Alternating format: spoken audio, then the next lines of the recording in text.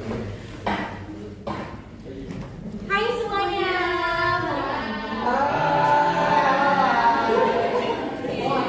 balik lagi di podcast Ungkel. Oke, jadi bersama aku Widya yang selalu ceria Dan aku Nida yang selalu ketawa. Jadi Saya sambil lama. mungkin disclaimer dulu ya teman-teman semuanya. Jadi nanti kita ulang lagi. Jadi aku sama Mida ini ceritanya punya podcastnya dan Sabitul Akmal itu yang jadi bintang tamunya. Gitu ya. Kita ulang lagi kali ya. Kalau boleh kita ulang lagi. Oh iya tuh. Nggak usah dijawab juga nggak apa-apa sih ceritanya kan. Kamera, roll, action, pulang. Halo semuanya, balik lagi di podcast Ungkel Unindra Keren. Sama aku Widya yang selalu ceria. Dan aku di sini Nida yang selalu ketawa.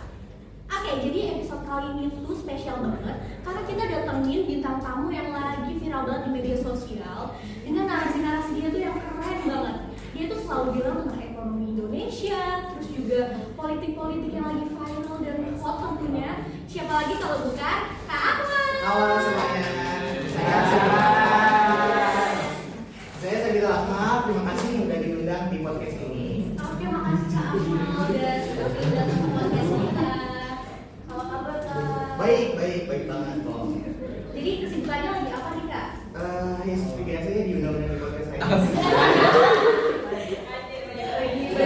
Gitu, banyak panggilan juga. Oke, jadi tema kali ini tuh yang udah kita bahas pastinya tentang teori ekonomi klasik. Sebenarnya masih jadi dasar banget ya dari ekonomi modern. Bahkan banyak kebijakan di Indonesia yang tanpa kita sadari itu masih dipengaruhi oleh tokoh-tokoh yang tokoh-tokoh yang akan kita kemukakan hari ini. Tapi sebelum kita masuk ke para tokoh-tokohnya, mungkin dari kita mau dengar dulu nih pendapat dari kakak sendiri, apa sih teori ekonomi klasik itu? Oke, kita spill sedikit aja ya. Mau seperti apa? Oke. Materi ekonomi klasik ini adalah pemikiran ekonomi yang modern pertama pada abad 18 sampai 19. Nah, yang dipelopori oleh Adam Smith, Ricardo dan Thomas Malthus yang menekankan pada pasar bebas, persaingan, kebebasan individu dan campur tangan pemerintah yang minimal. Seperti itu sih. Iya, cuman bedanya mereka tuh nggak punya CGV dan nggak muncul di bioskop aja sih Kak. Nah itu, tapi pengaruh mereka tuh real banget. Bukan cuma efek visual mulai dari perdagangan, pajak, pangan, sampai isu-isu pasar bebas yang hari ini muncul di berita. Semua tuh masih ada dari jejak pemikiran mereka loh tanpa kita sadari. Betul banget. Nah, hari ini percaya kalau orang-orang yang ngejar keuntungan pribadi justru bisa memanfaatkan untuk masyarakat. Nah, kalau pedagang pengen untung, ya dia bakal jualan yang kualitasnya sangat baik dan harganya sangat kompetitif. Oke, mungkin kita langsung move ke para tokoh-tokohnya. Yang pertama nih dari Adam Smith. Dia itu bapak dari ekonomi. Kalau kalian ingat kata-kata dia yang paling ini banget tuh invisible hand, yang tak terlihat. Itu dari dia loh. Konsep ini tuh bilang bahwa kalau kita biarkan pasar bekerja sendiri tanpa terlalu banyak campur tangan, sebenarnya pasar tuh punya cara mengatur diri sendiri. Menurut aku pemikiran sebelumnya tuh menarik banget karena ngasih gambaran bahwa manusia secara alami akan mengambil keputusan terbaik untuk dirinya dan keputusan itu tuh bisa berdampak positif secara kolektif. Ya nggak sih Kak? Betul banget. Nah, kalau Indonesia ini lebih efisien pangan dan hasil bumi ya. Dan negara lain fokus di teknologi aja misalnya. Nah, kita tinggal pertukaran perdagangan internasional aja sih untuk pertukaran teknologinya.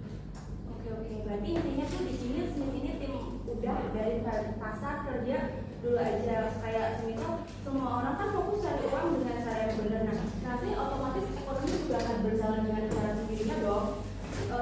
Jadi tuh pemerintah tuh cukup kayak jaga-jagain aja nih, cukup kayak tawarin aja tanpa ngegangguin gitu loh. Iya benar.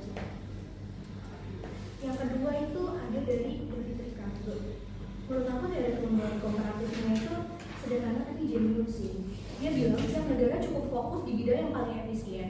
Kalau Indonesia mau di bidang pangan dan hasil buminya, ya fokus di situ aja. Buat negara berkembang seperti kita yang punya banyak sumber daya alam dan iklim yang mendukung, itu cocok banget sih.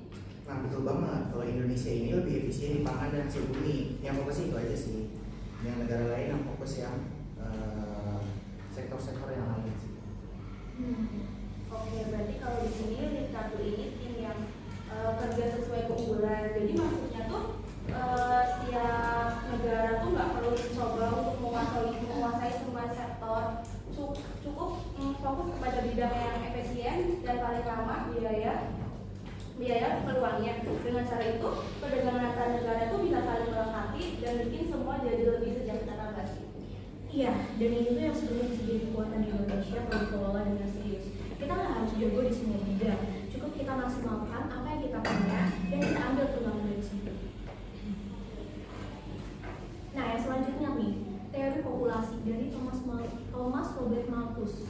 Kalau si Malthus ini menurut aku agak drama sih teorinya. Dia bilang penduduk tuh tumbuh lebih cepat daripada pertumbuhan pangan. Menurut dia, suatu saat akan ada kelaparan massal. Walaupun nih, teori ini ekstrim, tapi menurut aku ada benarnya juga sih kalau dilihat dari isu ketahanan pangan hari ini. Di Indonesia sendiri ya, penduduk itu kan terus bertambah.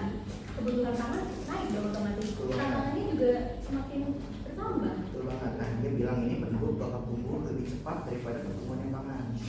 Jadi suatu saat manusia bakal kelaparan dan kualitas bahan pokoknya menurun dan sangat-sangat minimal kualitasnya sih.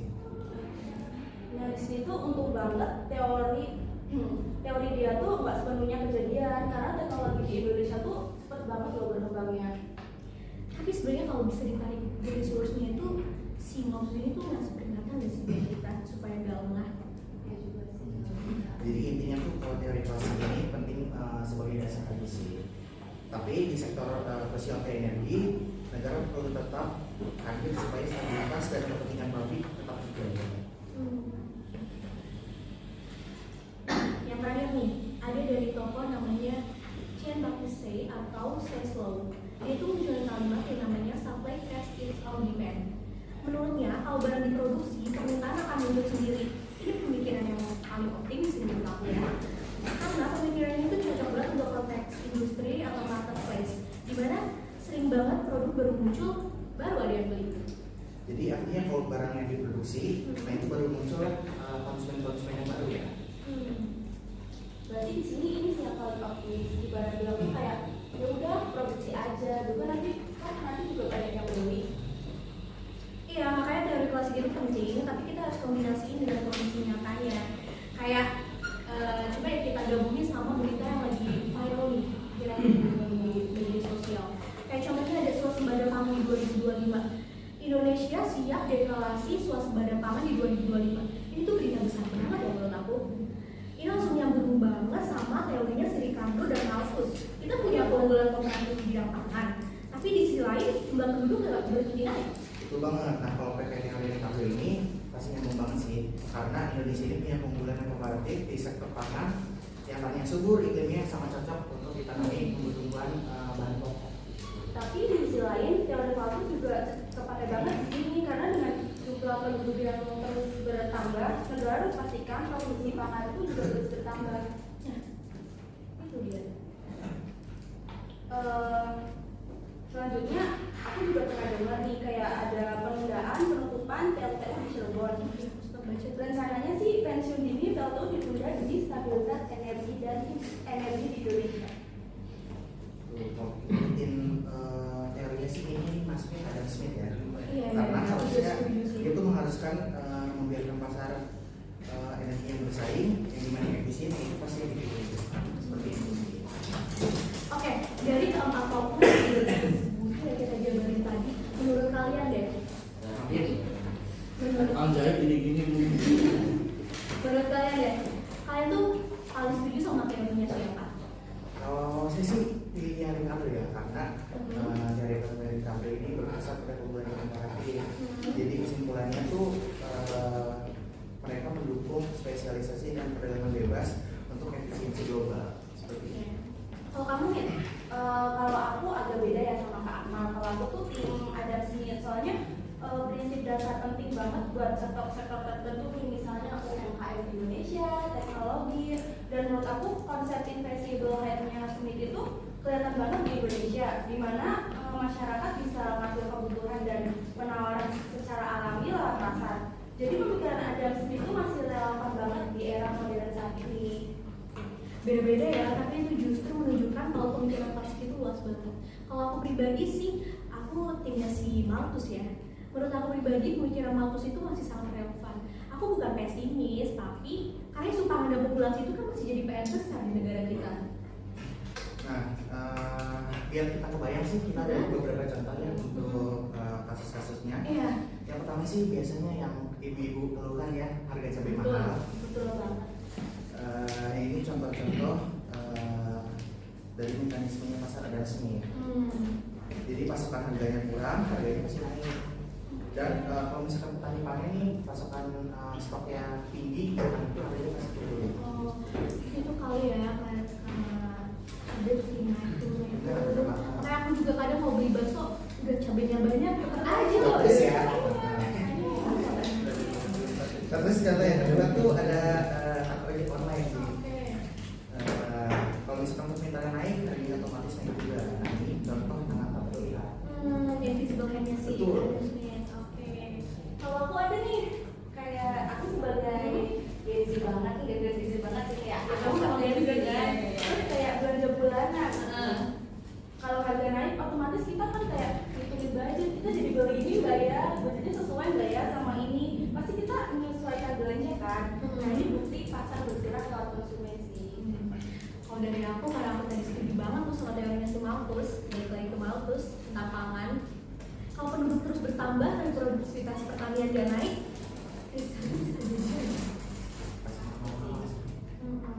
Oke, mungkin dari keempat paparan teori-teori tadi, nah Adam Smith, terus Malthus, Tesla, Ricardo, aku mau minta tolong ke kakak secara singkat dan biasanya aja kemampuan dari teori tersebut supaya Kebayang lagi nih, yang tadi saya kita bahas ya. teman-teman tuh pada tahu Paham apa sih maksud yang kita dari bicara di sini? betul banget. Yang tadi kita bahas dari Adam Smith ya. Nah dia ini yang membahas pasar bisa mengatur sendiri nih. Gitu. Oke. Ada juga dari Ricardo yang negara fokus pada keunggulan masing-masing. Ada juga teori Malthus yang membahas masalah pangan dan populasi. Nah yang terakhir tadi kita bahas teori Seslow ya. Yang membahas supply menciptakan demand seperti itu. Oke, berarti dari empat yang kakak poin-poinnya tuh semuanya masih relevan banget kalau dikaitkan dengan berita-berita di negara kita. Negara kita sekarang ya walaupun kadang realita tetap butuh pertimbangan antara pasar dan intervensi pemerintahnya. Iya betul banget Ben. Gak kerasa banget sih kita udah ngobrol sepanjang ini. Kita senang banget sih bisa sharing-sharing knowledge sama Akmal, terus juga udah dibungkus sama berita-berita ini. Kapan lagi kan kita kedatangan Tamu spesial ya. Tamu spesial Yang sibuk banget kan Iya. Kemarin saya juga yang sibuk. Aku tuh sering lihat banget kakak di FFP. Aku Iya tahu. Lagi ngapain tuh ya saya? Karena tahu kita bahas dalam politik ini kan. Betul betul. Kita tertarik untuk mengundang kakak-kakak ini. Terima kasih ya sudah Iya. didatangkan. Apalagi kan sekarang Gen Z itu lebih melek sama pemerintah kan. Yang berita-berita konten itu kita tuh selalu kayak Kayak pengen ngebaca terus kalau kakak yang bilang ya. Makasih deh kak. Terima kasih juga ya sudah diundang di podcast ini. Mungkin nextnya kita bisa undang kakak lagi. Boleh banget. Silakan saja. Budget bisa dibicarakan. Oke, mungkin itu aja sih dari kita semua di episode kali ini tentang masa ekonomi klasik. Buat teman-teman yang lain, kalau mau dengerin podcast kita yang lain juga, tinggal scroll aja banyak video kita. Oke?